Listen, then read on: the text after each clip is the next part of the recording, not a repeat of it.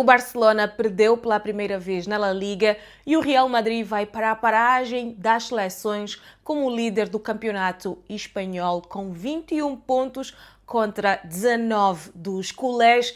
Bem-vindos a mais um vídeo aqui no canal. Vamos olhar para as duas grandes equipas da Espanha, Real Madrid líder e Barcelona segundo classificado. Vamos começar pelo Barcelona, mas antes quero convidar-te a subscrever ao canal se você ainda não for inscrito do canal. Vem novidade por aí, vem coisa boa, então ative já o seu sininho das notificações para que quando for a estreia você seja o primeiro a ser notificado. Deixa o teu like e o teu comentário aqui em baixo. Vamos olhar primeiro para o Barcelona, que jogou neste domingo em Sevilha, no Sánchez-Pizjuán, diante do Sevilha. Derrota por 4-1, uma derrota que tem contornos dramáticos para o Barcelona. A sua linha defensiva não funcionou e o Sevilha aproveitou muito as costas da defesa do Barcelona, mas antes pressionou bastante a saída de bola do Barcelona. Como já sabemos, o Barça não pode contar com Lamine Yamal, que teve uma recaída física, também Rafinha, que está lesionado, e Fermín. Estes jogadores devem regressar apenas depois da paragem para as seleções, para a penúltima data FIFA do ano. O Barcelona sempre esteve atrás no marcador. O Sevilha chegou ao primeiro golo aos 13 minutos numa falta cometida por Ronald Araújo na grande área do Barcelona. É uma jogada imprudente do uruguaio, é na área e qualquer toque na área é muito sensível e este foi um penalti interpretativo. Muitos vão olhá-lo como uma jogada inofensiva que não foi, mas o Araújo tem o seu pé a prender o pé do jogador do Sevilha. Eu daria penalti? Não, porque é um contacto de jogador com jogador, mas o árbitro entendeu que aquele pé que trava o pé do jogador do Sevilha foi suficiente para retirar a possibilidade de jogar do jogador então da equipa sevilhana. O Barcelona entrou sempre no jogo muito tarde, muito lento nas decisões, na execução dos movimentos, na percepção do que fazia o adversário. O Sevilha descongestionou o corredor central, jogava muito por fora para fazer com que os jogadores de meio campo do Barcelona abrissem para tentar fechar nas laterais, porque os defesas do Barcelona, Condé, que não fez um bom jogo de novo, e Gerard Martín têm que se preocupar com os defesas contrários ou com os avançados que tentam subir para aquele lugar, os atacantes contrários, não defesas contrários, os atacantes contrários, e o Sevilha tirou essa referência de jogo pelo corredor central para Pedri, De Jong, e fazia com que estes jogadores se abrissem para tentarem defender por fora os médios do Sevilha que tentavam sair por ali, e o Barcelona nunca se encaixou no jogo do Sevilha, que entrou muito forte. Mas atenção para o estádio. O Sánchez-Pizjuán jogou com a equipa do Sevilha. É uma festa incrível, estádio lotadíssimo, e muita crença na equipa. Jogou-se do primeiro ao último minuto com a equipa do Sevilha, que conseguia abafar a saída de bola do Barcelona, que não permitia que o Barcelona tivesse capacidade de criação e de construção. Era uma pressão muito alta e o Barcelona na primeira parte fez um jogo paupérrimo, muito pobre, sem qualidade, sem magia, defensivamente muito aquém. A linha alta do Barcelona, ela é muito boa quando ela funciona muito bem. Quando ela não funciona bem, é um grande problema. E apesar de o Barcelona não estar a fazer um bom jogo, a equipa ainda consegue entrar na partida. Mas antes tivemos o segundo golo do Sevilha, como eu já disse aqui, na capacidade da equipa sevilhana de pressionar a saída de bola do Barcelona, de tentar asfixiar, de fazer muito mais rápido os processos de jogo, porque esse Barcelona, como ele é ofensivamente muito forte, se você se acua, se você recua, se você tenta se fechar, ele vai te martelar, ele vai para cima e vai até encontrar o golo. Mas se você tenta travar o ímpeto ofensivo do Barcelona, a saída de bola do Barcelona e qualquer erro, a equipa do Barcelona está toda no meio-campo adversário e se o adversário souber jogar entre a linha alta do Barcelona, entre o fora de jogo e a posição legal, é muito provável que a outra equipa consiga causar muitos danos ao Barcelona.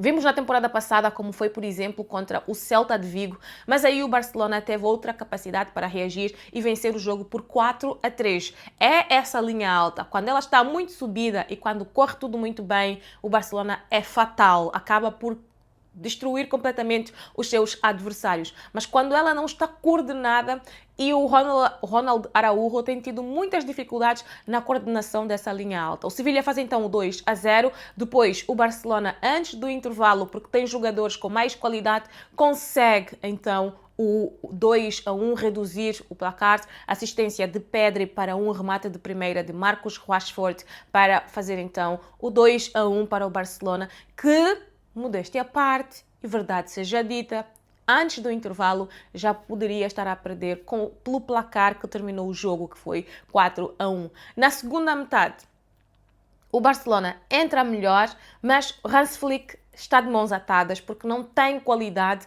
para reposicionar peças. A primeira coisa que ele faz é tirar o Ronald Araújo e também o Gerard Martín, que não agrega nada no jogo do Barcelona. Me perdoem, mas é muito difícil falar de alguém que trabalha, que faz a sua parte.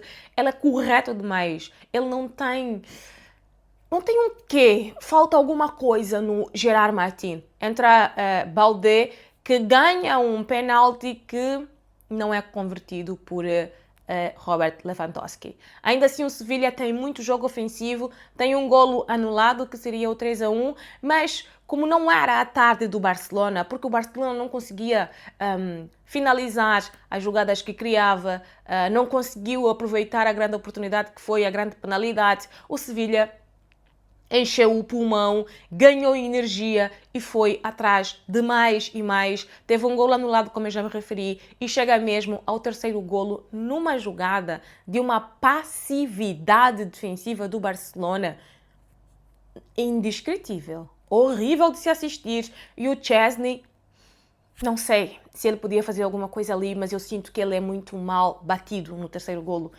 Fica muito aquém. O quarto golo já foi no desespero do Barcelona de tentar encontrar mais e mais a baliza do Sevilha, não encontra em um contra-ataque, saída muito rápida, muito bem jogado. O Sevilha muda de flanco a jogada, a forma como o jogador levanta a cabeça e troca ao lado da bola é fantástico, e depois a bola entra para o golo do jogador do Sevilha para fazer então o 4-1 para o Barcelona.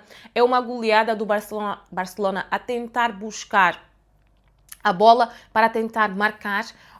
Às vezes eu converso com os meus seguidores lá no Instagram e eles dizem: nós vamos ganhar porque a nossa defesa, porque a grande questão para esta temporada do Barcelona é como é que o Hans Flick vai encontrar variedades para utilizar a sua linha muito alta. Já é a segunda temporada, os adversários já conhecem mais, já sabem melhor como causar danos a este Barcelona. Vimos contra o Levante, foi pela individualidades que não estiveram diante do Sevilha, como Lamine Yamal, Rafinha, Fermín López, são jogadores que trazem outra qualidade e magia ao jogo do Barcelona e estes não estão disponíveis e o Barcelona não conseguiu isso. Então eu dizia que a grande questão é tentar perceber como é que o Hans Flick vai encontrar alternativas e os meus amigos no Instagram dizem que a defesa do Barcelona é o seu ataque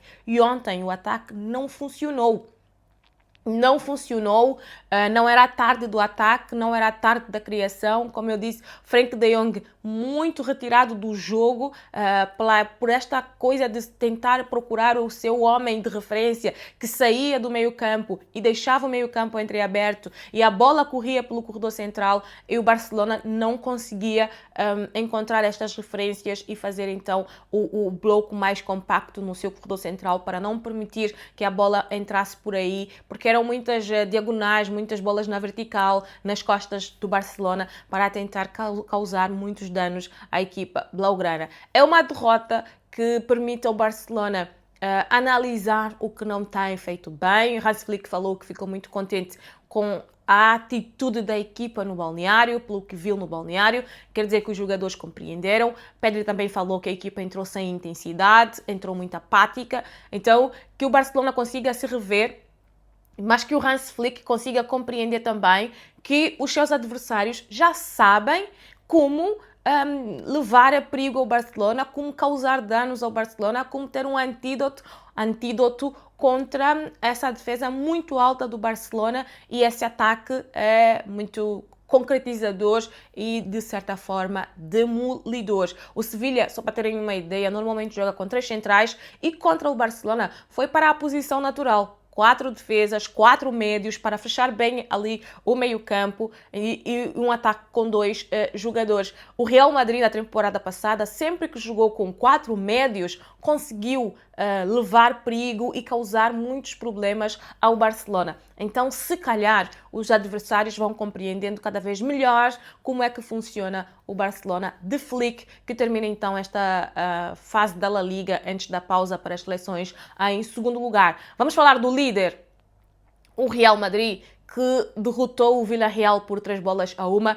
Uma primeira parte para esquecer, defensivamente, ofensivamente, mas uma noite incrível de Vini Júnior. O brasileiro jogou muita bola, decidiu a partida. Eu achei muito interessante o facto de Kylian Mbappé ter percebido que a noite era de Vini Júnior e deixou que ele mesmo convertesse o penalti que ele cavou, conquistou, ganhou, porque é muito discutível o penalti que é assinalado a favor de Vinícius Júnior.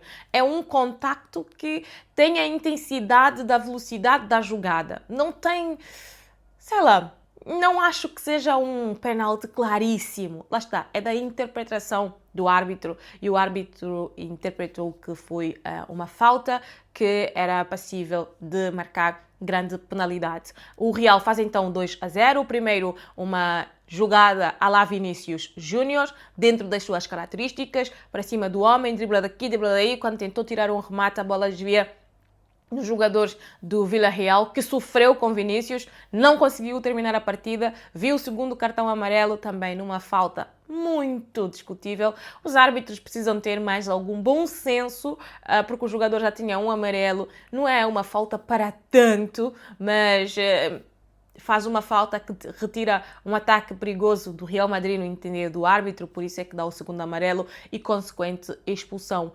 Defensivamente, o Real Madrid continua a ter muitos problemas, por isso é que quando encontra adversários como o Atlético de Madrid, por exemplo, a equipa de Xabi Alonso sofre como sofreu contra os colchoneros. O golo do Villarreal é de uma falta de agressividade defensiva absurda. É impressionante como o Real Madrid não consegue morder, tirar a linha de visão, o ângulo de remate do jogador do Sevilha. Não sei como classificar isso. É uma defesa muito pluma, muito a permissão, muito permissiva, essa é a palavra. É uma defesa muito permissiva. Quando o Dinhausen tenta sair na bola, já é muito tarde. O Camavinga está do lado a olhar o jogador do Villarreal a preparar o remate. Mas lá está, 2-1 para o Villarreal. É um problema que o Xabi Alonso tem que trabalhar. As bolas aéreas, os remates à entrada da área, quem fica à entrada da área para marcar o homem sem bola.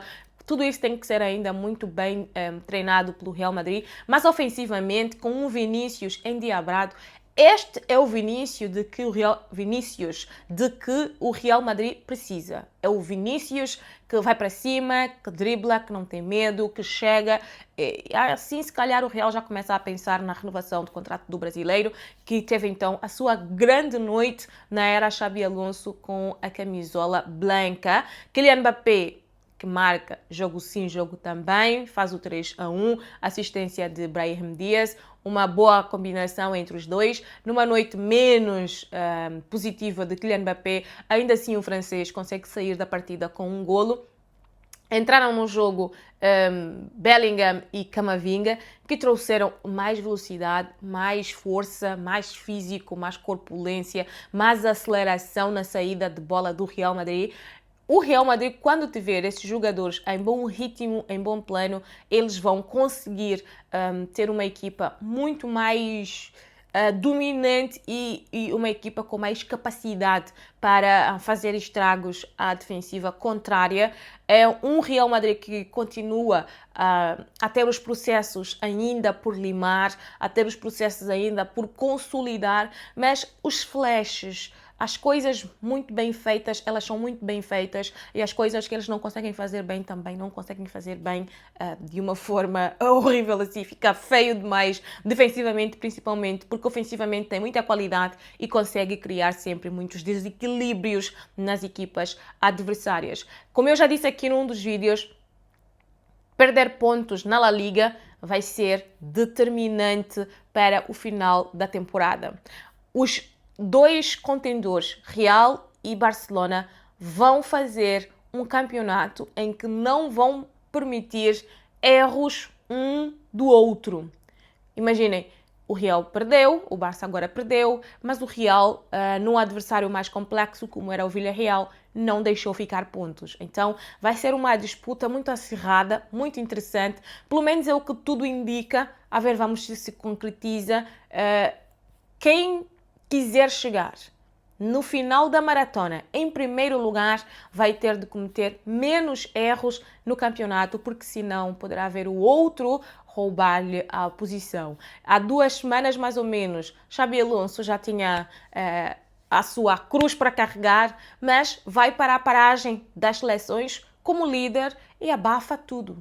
Tensão com Valverde, problemas com jogadores, de liderança, de incapacidade, tudo o que uma derrota despoleta, nada como uma vitória para fazer com que tudo baixe. Agora as críticas vão para o lado do Barcelona, que perde 2 jogos seguidos, os adeptos ficam sentidos, doídos, pela forma como perdeu para o PSG, como perdeu para o Sevilha, porque perder para o Sevilha, tudo bem, pode acontecer, mas é a forma como a equipa joga na primeira metade. Tudo isso vai fazer com que a Liga seja muito interessante e eu quero saber as vossas opiniões aqui nos comentários. O que é que vocês acharam deste fim de semana de futebol espanhol, de Barcelona e Real Madrid? Se vocês concordam comigo que vamos ter um campeonato muito disputado e com muitos pontos no final, porque quer Barcelona, quer Real Madrid não vão permitir que uma e outra cometa muitos erros. Muitos beijinhos. Se você chegou até aqui, subscreva o canal, deixa o teu like, o teu comentário e nós nos vemos num próximo vídeo.